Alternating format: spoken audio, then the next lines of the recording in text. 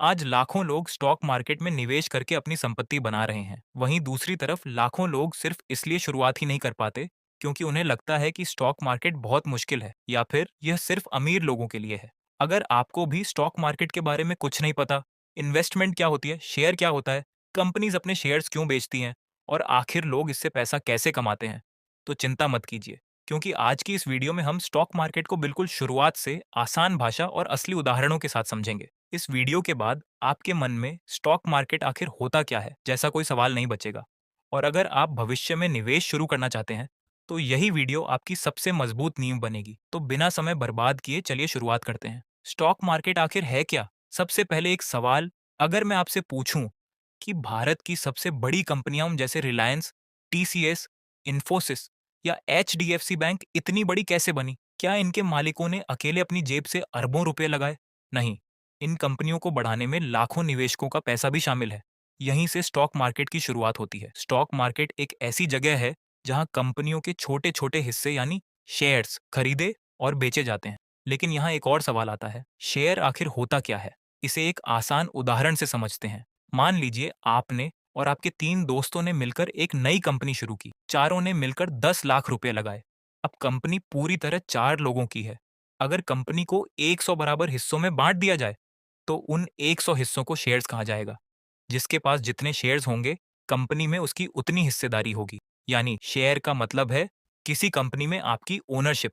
अब मान लीजिए कंपनी बहुत अच्छा काम करने लगी। उसकी वैल्यू 10 लाख से बढ़कर 1 करोड़ रुपए हो गई। तो जिन लोगों के पास शेयर्स हैं, उनके शेयर्स की कीमत भी बढ़ जाएगी। यही कारण है कि लोग अच्छी कंपनियों में निवेश करते हैं। लेकिन अब सबसे बड़ा सवाल, अगर कंपनी पहले से चल रही है, तो उसे आम लोगों से पैसे लेने की जरूरत ही क्यों पड़ती है? आइए इसे भी समझते हैं। कंपनी शेयर्स क्यों बेचती हैं?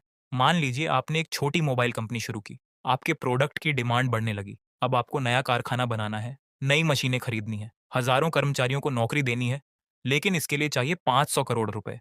अब आपके पास 2 रास्ते हैं। पहला, बैंक से लोन लें। दूसरा, कंपनी का थोड़ा हिस्सा लोगों को बेच दें और उनसे पैसा जुटाएं। कई बड़ी कंपनियां दूसरा रास्ता चुनती हैं, क्योंकि इससे उन्हें बहुत बड़ी रकम मिल जाती है और हर महीने बैंक को भारी ब्याज भी नहीं देना पड़ता। जब कोई कंपनी पहली बार अपने शेयर्स जनता को बेचती है, उसे आईपीओ यानी इनिशियल पब्लिक ऑफरिंग कहा जाता है। आईपीओ के बाद कंपनी स्टॉक मार्केट में लिस्ट हो जाती है और फिर उसके शेयर्स कोई भी खरीद और बेच सकता है। लेकिन अब सवाल ये है, अगर मैं किसी कंपनी का शेयर खरीद लूं, तो मेरा पैसा जाता कहाँ है और मुझे फायदा कैसे होता है? इसी सवाल का जवाब समझने के लिए पहले हमें समझना होगा कि आईपीओ के बाद शेयर्स का सफर कैसे चलता है। आईपीओ के बाद क्या होता है? जब कोई कंपनी पहली बार अपने शेयर्स लोगों को बेचती है, तो उस प्रक्रिया को आईपीओ कहा जाता है। मान लीजिए एक कंपनी ने 100 रुपये प्रति शेयर के हिसाब से आईपीओ निकाला। हजारों लोगों ने वह शेयर खरीद लिया। अब कंपनी को निवेशकों से पैसा मिल चुका है। लेकिन क्या इसके बाद भी लोग शेयर खरीद और बेच सकते हैं? बिल्कुल। यहीं से शुरू होता है स्टॉक मार्केट का असली खेल। आईपीओ के बाद कंपनी के शेयर्स स्टॉक एक्सचेंज पर लिस्ट हो जाते हैं। भारत में 2 बड़े स्टॉक एक्सचेंज हैं। पहला बीएसई यानी बॉम्बे स्टॉक एक्सचेंज और दूसरा एनएसई यानी नेशनल स्टॉक एक्सचेंज। अब अगर आपके पास किसी कंपनी के शेयर्स हैं और आप उन्हें बेचना चाहते हैं, तो आपको उस कंपनी के पास जाने की जरूरत नहीं है।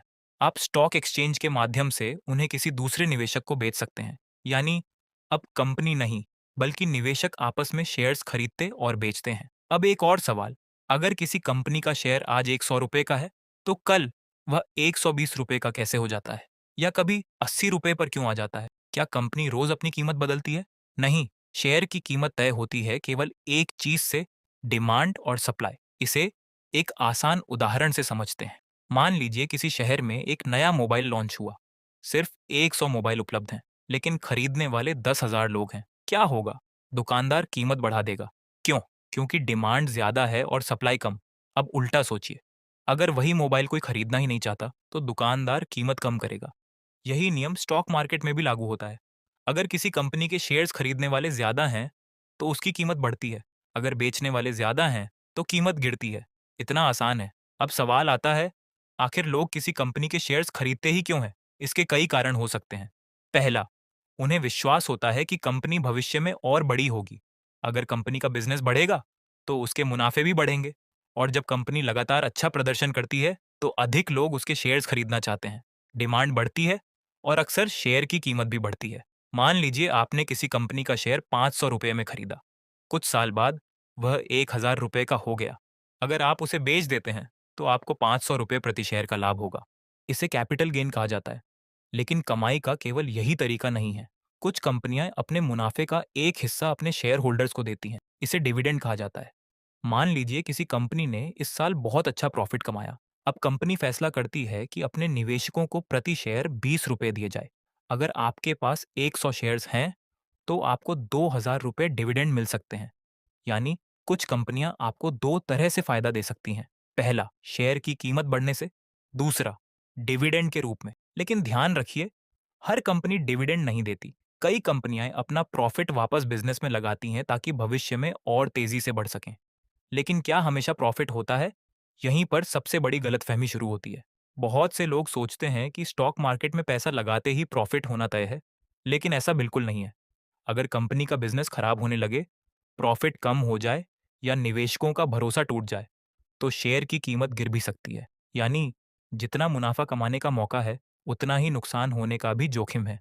इसीलिए सफल निवेशक पहले कंपनी को समझते हैं, फिर निवेश करते हैं। वे केवल दूसरों की सलाह या सोशल मीडिया देखकर पैसे नहीं लगाते। आपने कई लोगों को कहते सुना होगा, स्टॉक मार्केट तो जुआ है। लेकिन सच क्या है? अगर कोई बिना जानकारी के सिर्फ अफवाहों के आधार पर या जल्दी अमीर बनने के लालच में पैसा लगाता है, तो उसके लिए स्टॉक मार्केट जुए जैसा बन सकता है। लेकिन अगर कोई मजबूत कंपनियों का अध्ययन करता है, लंबे समय तक निवेश करता है और जोखिम को समझकर निर्णय लेता है, तो वही स्टॉक मार्केट उसके लिए वेल्थ क्रिएशन का माध्यम बन सकता है। फर्क मार्केट में नहीं, सोच और तरीके में होता है।